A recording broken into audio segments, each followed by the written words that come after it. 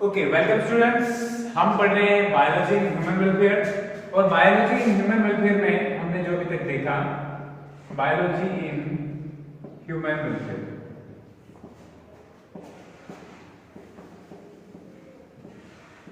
ठीक है, तो बायोलॉजी इन ह्यूमन वेलफेयर में क्योंकि हम बॉटनी से डील कर रहे हैं तो बॉटनी में हमने मोस्टली क्या देखा कि हम फूड के जो प्रोडक्ट्स हैं, हमारे पास फूड की जो क्रॉप्स हैं, उनको हम उनके जो भी प्रोड्यूस है, उनका जो भी यील्ड है, उसको कैसे एनहांस कर सकते हैं, तो उसके बारे में हमने सब कुछ देखा।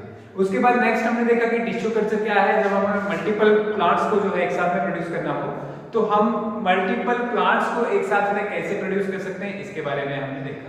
ठीक है, आज हम एक कुछ नई चीज देखने वाले हैं इसमें, वो है जो माइक्रोब्स जो है, माइक्रोब्स इन ह्यूमन वेलफेयर। क्या देख रहे हैं? Microbes in human welfare.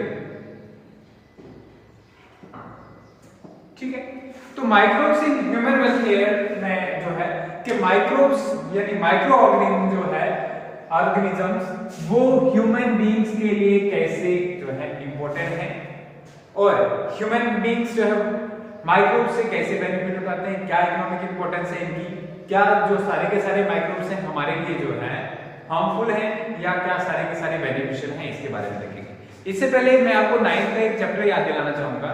ठीक है, 9th में आपने पढ़ा होगा माइक्रो ऑर्गेनिज्म फ्रेंड सर्कल्स, एक चैप्टर है, उसके अंदर आपको ये बताया जाता है कि माइक्रो ऑर्गेनिज्म जो है हमारी, चाहे वो बैक्टीरिया है, चाहे वो फंजाई है, जैसे यूनिसेलुलर फंजाई, यीस्ट जिसके अंदर आता है। ठीक है, तो ये हार्मफुल भी हैं, लेकिन बहुत सारी डिजीजेस भी इंसान के अंदर काज करते हैं, लेकिन क्या है, ये जो है हमारे लिए बेनिफिशियल भी है। बेनिफिशियल कैसे हैं वो हम आज देखने वाले हैं। तो माइक्रोब्स इन ह्यूमन वेलफेयर में हम सबसे पहले क्या देखेंगे? सबसे पहली चीज देखेंगे हम कि माइक्रोब्स को जो है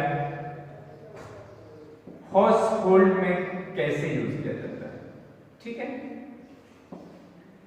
तो माइक्रोब्स जो है, ये तो आप जानते हो कि माइक्रोब्स जो है उससे बहुत सारी डिजीज होती हैं और उन माइक्रोब्स को जो डिजीज काजिंग होंगे उनको हम पैथोजेंस कहते हैं। यूजुअली अगर देखा जाए तो माइक्रोब्स के अंदर हम किस किस चीज को स्टडी करते हैं? बैक्टीरिया को स्टडी करते हैं। ठीक है, उसके अलावा हम यीस्ट या फंजाई को स्टडी करते हैं। उसके अलावा जो है हम कुछ यूनिसेलुलर एल्गी को भी स्टडी करते हैं। तो ये सारी चीजें, या फिर इसके अलावा जो है वॉर्म्स को भी स्टडी करते हैं अगर पैथोलॉजी का केस होगा तो। लेकिन यहाँ पे हम बेनिफिट्स को देखते हैं तो हमको देखना है कि जो हाउस होल्ड में क्या क्या यूज करते हैं, कैसे माइक्रोब्स हमें हेल्प करते हैं। सबसे पहली एग्जांपल है इसकी कि हाउस होल्ड में जो है कर्डलिंग ऑफ मिल्क जो है, इसके एग्जांपल है हमारे लिए कैसे beneficial. Curdling of milk, okay, मतलब जो है दूध जो है उससे कैसे दही बनता है उसके बारे में जानते हैं।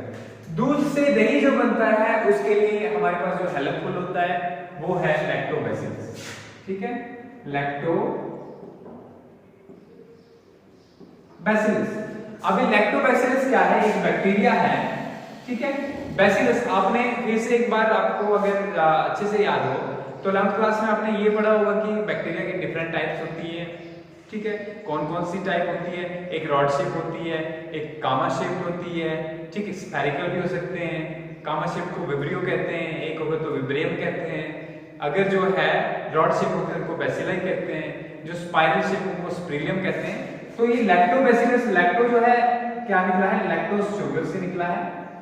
ठीक है, और बैसिलस जो है बैक्टीरिया का नाम है जो रॉड शेप। ठीक है, लैक्टोबैसिलस। तो ये क्या काम करता है?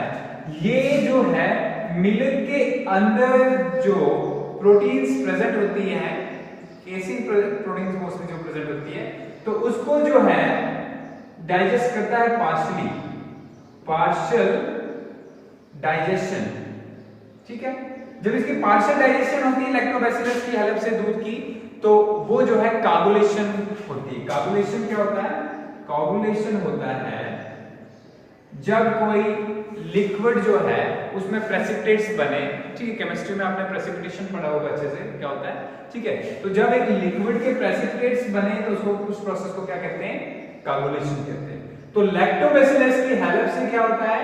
मिल्क की कागुलेशन होती है तो यहाँ पे जो है कर्डलिंग ऑफ मिल्क के लिए हमारे पास बहुत ही इंपॉर्टेंट है क्या, लैक्टोबैसिलस।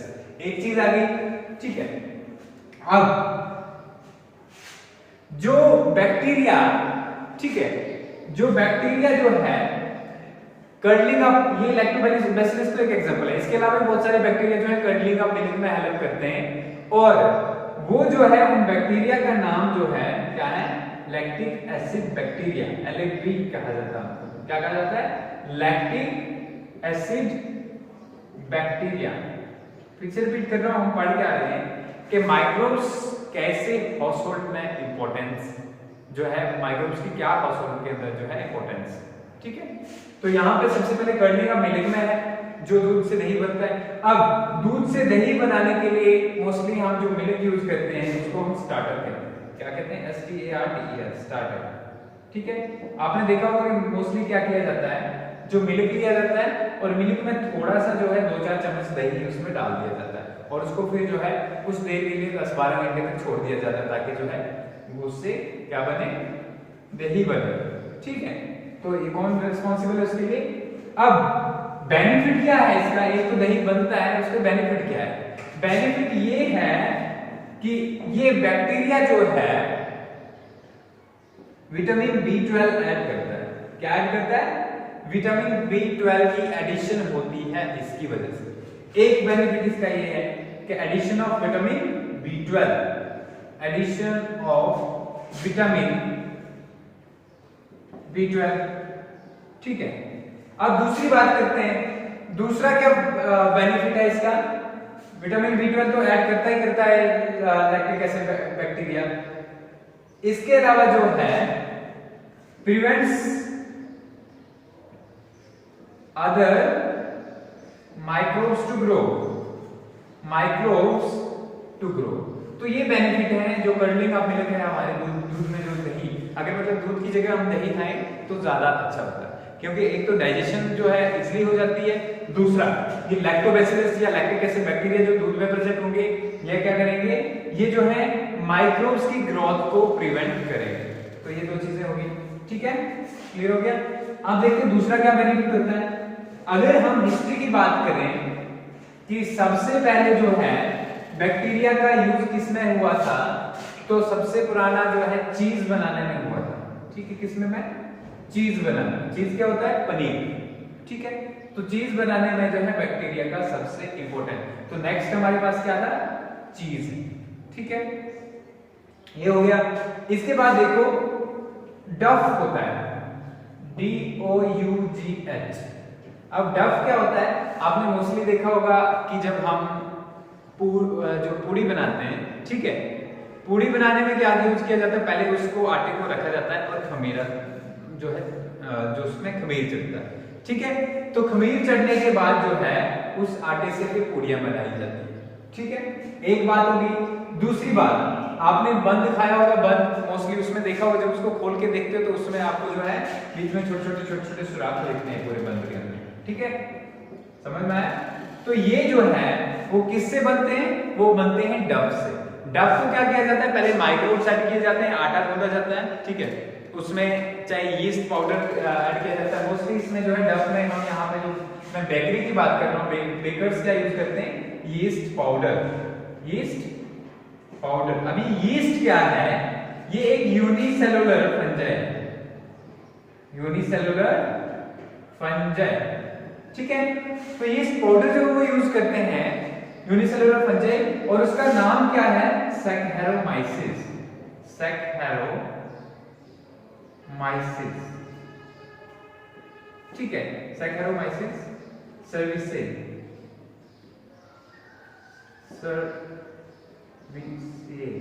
ठीक है, ये उस यीस्ट का नाम है, सैकरोमाइसिस सर्विसेज।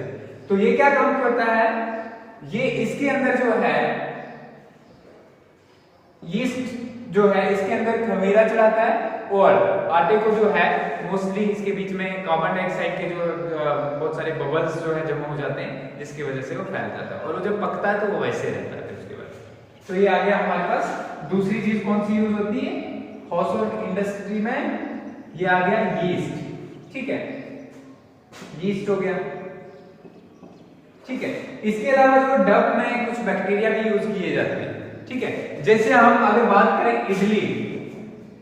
इडली हो गया, डोसा हो गया, ठीक है, तो इसमें जो है बहुत सारे बैक्टीरिया का यूज किया जाता है, ठीक है। बैक्टीरिया पाउडर जो है वो यूज किया जाता है और इससे जो है वो क्या काम करते हैं, उसमें भी आप बड़ी बड़ी जो स्पेसिस देखोगे, ठीक है, और वो स्पेसिस जो है वो किसकी वजह से होती है, कार्बन डाइऑक्साइड की वजह से। कार्बन डाइऑक्साइड उनके बीच में फील्ड स्पेसिस होती है, ठीक है, जो कौन प्रोड्यूस करता है, बैक्टीरिया प्रोड्यूस करता है।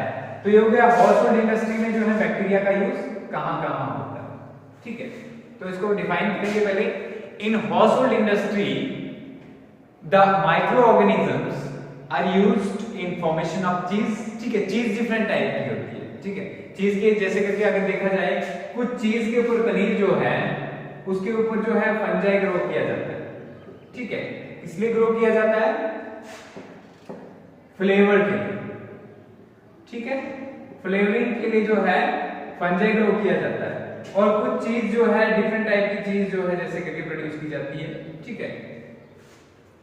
तो एक ये हो गया। दूसरा, it is also used in production of curd or curdling of milk occurs due to the bacteria, that is lactic acid bacteria. Lactic acid bacteria are very much important because they, number one, what they do, they help in preventing the growth of other microbes. एक तो ये करते हैं। Number two, they add the nutritional value to the food. जैसे करके मैंने बात करी कि विटामिन B12 जो है लैक्टिक एसिड बैक्टीरिया की वजह से ऐड होता है, ठीक है। क्लियर हो गया। अब आगे दूसरी हम बात देखें माइक्रोब्स की, माइक्रोब्स इन इंडस्ट्री, ठीक है। अगर इंडस्ट्री में आपको पता है कि माइक्रोब्स इन इंडस्ट्री में जो माइक्रोब्स हैं वो लार्ज क्वांटिटी में यूज किए जाते हैं। लार्ज क्वांटिटी में क्यों यूज किए जाते हैं, क्योंकि आपको पता है कि इंडस्ट्रियल प्रोडक्शन हमेशा जो है वो लार्ज स्केल में होता है। कोई प्रोडक्शन इंडस्ट्रीज में जो होगी वो लार्ज स्केल पे होती है, इसलिए इन माइक्रोब्स को जो है बहुत ज्यादा प्रोड्यूस करना पड़ता है। तो माइक्रोब्स को ज्यादा प्रोड्यूस कैसे किया जाता है, उनको कल्चर मीडिया के ऊपर जो है, कल्चर मीडिया, ठीक है, कल्चर मीडिया आप पढ़ चुके हो, ठीक है। कब पढ़ चुके हो, जब हम प्लांट टिश्यू पढ़ रहे थे, प्लांट टिश्यू कल्चर पढ़ रहे थे। तो उसमें है क्या है, कल्चर मीडिया में सबसे पहले हम माइक्रो ऑर्गेनिज्म को ग्रो करते हैं, ठीक है। ग्रो करने के बाद उनकी बहुत सारी कॉलोनीज फॉर्म होती हैं, तो फिर वहां से हम यूज करते हैं। इसके अलावा उन कल्चर मीडिया के ऊपर जब हम बैक्टीरिया को जो ट्रांसफर करते हैं, उनको स्टडी करने में भी उससे हेल्प मिलती है, उनके बिहेवियर का भी हेल्प मिलता है, ठीक है। तो अगर देखें सबसे पहले इंडस्ट्री में कहां यूज होता है, तो ब्रीविंग इंडस्ट्री में, ब्रीविंग इंडस्ट्री, ठीक है। तो ब्रीविंग इंडस्ट्री में जो है माइक्रोब्स का यूज होता है। माइक्रोब्स का यूज ब्रीविंग इंडस्ट्री में कहां पे होता है, माइक्रोब्स का यूज जो है ब्रीविंग इंडस्ट्री के अंदर जो है किसकी प्रोडक्शन के लिए होता है, इसलिए होता है बियर की प्रोडक्शन के लिए, ठीक है, वाइन की प्रोडक्शन के लिए, फिर होता है विस्की की प्रोडक्शन के लिए, रम की प्रोडक्शन के लिए, ठीक है, ब्रांडी की प्रोडक्शन के लिए। तो ये सारी डिफरेंट जो है, डिफरेंट ये क्या है, अल्कोहल की टाइप, ठीक है। अब इथेनॉल की प्रोडक्शन होती है मोस्टली ब्रूइंग इंडस्ट्री में, बियर प्रोड्यूस होती है, वाइन प्रोड्यूस होती है, विस्की प्रोड्यूस होती है और ब्रांडी प्रोड्यूस होती है। तो इसके लिए मोस्टली यूज कौन सा किया जाता है, वही जो है सैकेरोमाइसिस,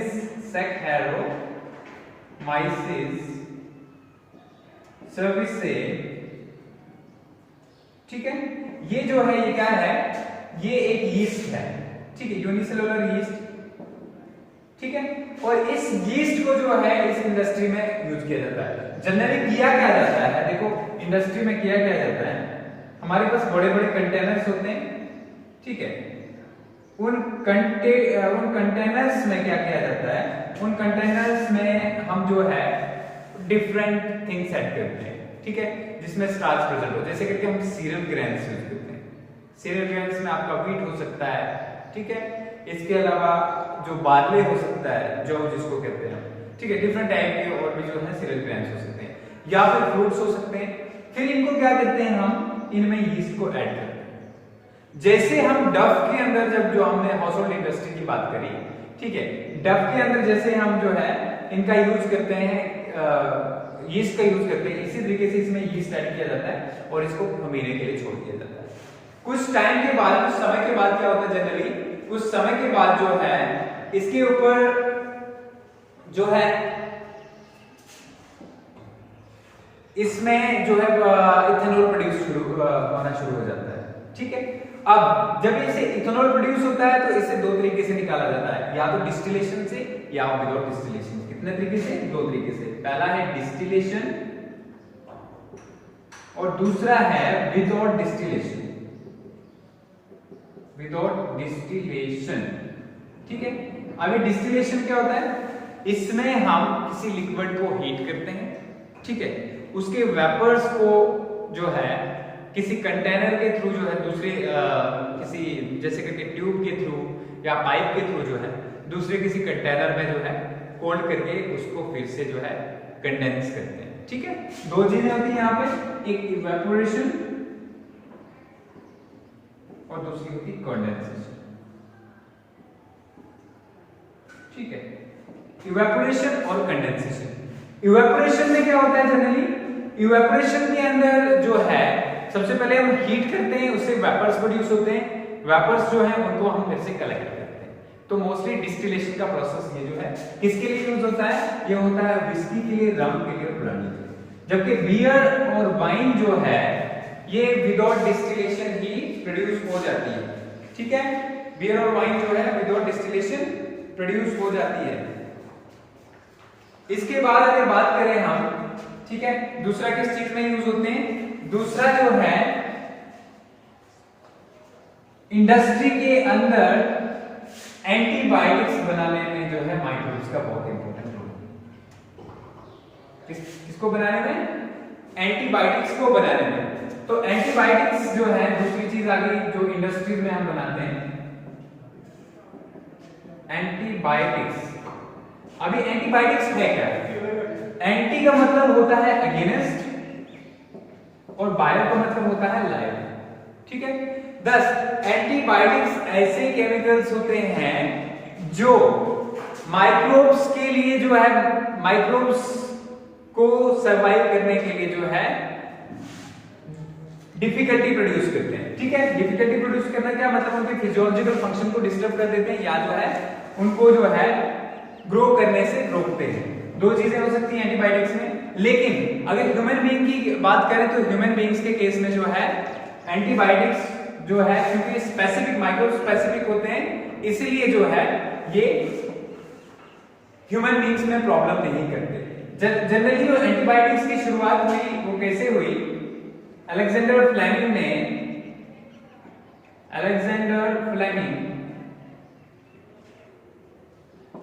ने जो है बैक्टीरिया ग्रो किया, स्टेफाइलोकोकस को ग्रो कर रहा था वो, जिसका नाम स्टेफाइलोकोकस था, ठीक है। एक बैक्टीरिया ग्रो किया जिसका नाम स्टेफाइलोकोकस था। जब उसने उसको ग्रो किया तो उसने देखा कि उसकी कुछ पेट्री डिशेस जो थी, बची हुई जो डिशेस थी, उसमें उसने क्या किया, उसने देखा कि एक मोल्ड ग्रो कर रहा है और उस मोल्ड के आसपास, जब वो मोल्ड ग्रो कर रहा था, उसके आसपास जो इन बैक्टीरिया की ग्रोथ नहीं हो रही थी, ठीक है। तो जब इन बैक्टीरिया की ग्रोथ नहीं हो रही थी तो उसने सोचा कि शायद ये जो मोल्ड है ये कुछ ऐसा केमिकल प्रोड्यूस कर रहा है जिसकी वजह से बैक्टीरिया की ग्रोथ नहीं हो रही। तो उसने जो है इस चीज को एंटीबायोटिक का नाम दिया, ठीक है। और एंटीबायोटिक ये चीज क्या थी, ये पेनिसिलियम था, पेनिसिलियम, ठीक है। ये मोल्ड जो था और इससे निकला क्या, इससे जो एंटीबायोटिक निकलता है उसका नाम है पेनिसिलिन, ठीक है। और पेनिसिलिन बहुत ही इंपॉर्टेंट एंटीबायोटिक है। इस तरीके से बहुत सारे एंटीबायोटिक्स हमारे पास प्रेजेंट हैं जो बैक्टीरिया को, मोस्टली बैक्टीरिया के लिए जो है बैक्टीरिया स्पेसिफिक भी हो सकते हैं, फंजस स्पेसिफिक भी हो सकते हैं, ठीक है। अब ये देखा जाए पेनिसिलिन जो है, इसका पेनिसिलिन जो है ये क्या काम करता है, देखिए मोस्टली जो बैक्टीरिया होती है उसकी स्ट्रक्चर में सबसे बाहर होती है सेल वॉल, जबकि ह्यूमन के केस में सेल्स के अंदर कोई भी सेल वॉल नहीं। अब ये पेनिसिलिन जो है इस सेल वॉल फॉर्मेशन के प्रोसेस को रोक देता है। क्या करता है? सेल वॉल फॉर्मेशन का प्रोसेस जो है उसको रोक देता है। और क्या होता है, सेल वॉल के प्रोसेस को जब ये रोक देता है तो उससे क्या होता है कि बैक्टीरिया विदाउट सेल वॉल रहते हैं और उनको उनकी डेथ हो जाती है अल्टीमेटली ह्यूमन बीइंग्स के अंदर। ठीक है, तो यहाँ पे माइक्रोब्स जो है ह्यूमन बीइंग्स के अंदर जो है अटैक नहीं कर सकते, इन्फेक्ट नहीं कर सकते ह्यूमन बीइंग्स को।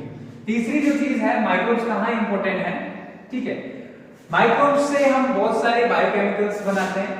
ठीक है, बायोकेमिकल्स जैसे हमने सिंगल सेल प्रोटीन्स के बारे में पढ़ा था। ठीक है, सिंगल सेल प्रोटीन्स में हमने क्या पढ़ा कि हम जो है यूनिसेलुलर जैसे स्पाइरुलिना जैसे हमारे पास ऑर्गेनिजम्स हैं, साइनोबैक्टीरिया जो है वो क्या काम करते हैं, बहुत सारी प्रोटीन्स प्रोड्यूस करते हैं। हमने देखा था, हमने एग्जांपल भी दी थी कि 250 केजी की अगर एक काऊ होगी तो दिन में जो है 20 ग्राम प्रोटीन्स प्रोड्यूस करती है। जबकि अगर हम 250 ग्राम माइक्रोब्स लें तो वो उतने ही टाइम में जो है 2.5 टन तक 2.5 टन तक जो है प्रोटीन्स प्रोड्यूस कर सकते हैं। ठीक है, क्योंकि इनकी इतनी ज्यादा ग्रोथ होती है, अगर उनको प्रॉपर न्यूट्रिएंट मीडियम और इनको ग्रो करने के लिए भी कोई हमारे ज्यादा चीजें नहीं चाहिए। हमें क्या चाहिए, बस स्टार्च वाटर, जैसे करके हम पोटैटो प्रोसेसिंग प्लांट से जो फालतू का स्टार्च वाटर रहता है उसको यूज करते हैं या कुछ और चीजें यूज करते हैं। ठीक है, जैसे करके हम आर्टिफिशियल मीडियम भी ले सकते हैं या फिर हस्क पाउडर भी ले सकते हैं, तो ये चीजें जो है या स्ट्रा ले सकते हैं, तो इसके ऊपर जो है इजीली माइक्रोब्स ग्रो हो जाते हैं। इसके अलावा जो है माइक्रोब्स, कुछ ऐसे माइक्रोब्स को हम किस में यूज कर रहे हैं, इंडस्ट्री में किसमें यूज कर रहे हैं, बायोटेक्नोलॉजी में हम देखते हैं कि बायोटेक्नोलॉजी में जो है हम माइक्रोब्स को इंडस्ट्रियल प्रोडक्शन करके उनको जो है उनसे बहुत सारे जो बायोफोर्टिफिकेशन के लिए उनको यूज कर सकते हैं, मतलब उनसे बहुत सारे न्यूट्रिएंट्स जो है हम डेवलप कर सकते हैं। ठीक है, तो ये इंडस्ट्री के अंदर माइक्रोब्स किसके यूज होते हैं। आज के टॉपिक में हम इतना ही पढ़ेंगे, फिर से मैं रिपीट करता हूं। ठीक है, हम पढ़ रहे हैं microbes in human welfare. Microbes in human welfare में हम ये देख रहे हैं कि जो माइक्रो ऑर्गेनिज्म है, चाहे वो बैक्टीरिया है, चाहे वो फंजाई है या चाहे दूसरे ऑर्गेनिज्म है, वो इंसानों के लिए कैसे इंपॉर्टेंट है। ठीक है, सबसे पहले हमने देखा ह्यूमन के हाउसहोल्ड इंडस्ट्री में जो है माइक्रोब्स कैसे यूज होते हैं, प्रोडक्शन ऑफ चीज।